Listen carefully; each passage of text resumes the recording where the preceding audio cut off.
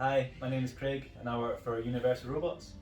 Universal Robots design and manufacture this robot here, which is a collaborative robot.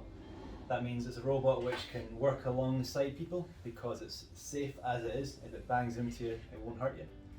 And so the main thing about Universal Robots is we're trying to create a world where people work with robots and not work like robots. So that's taking away jobs which can be quite dangerous or quite dull.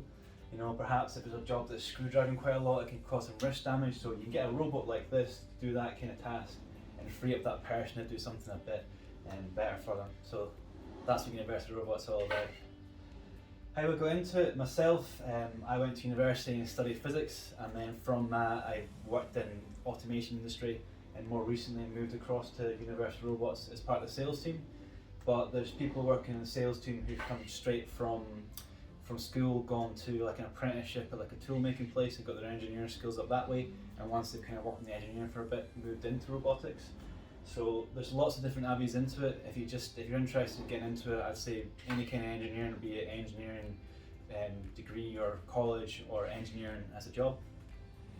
Lots of different roles in it as well. So myself, I work in the sales team, so lots of commercial jobs selling them, but there's also technicians needed to maintain the robots, which could be working as a factory or a company which goes around factory to factory servicing the robots.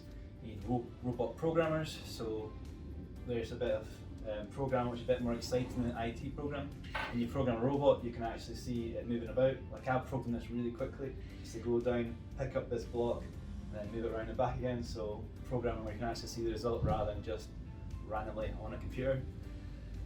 So the pay as well, the pay is pretty good. I say once you're experienced and you're kind of done a few years and a bit more senior, it's definitely a good job to be into.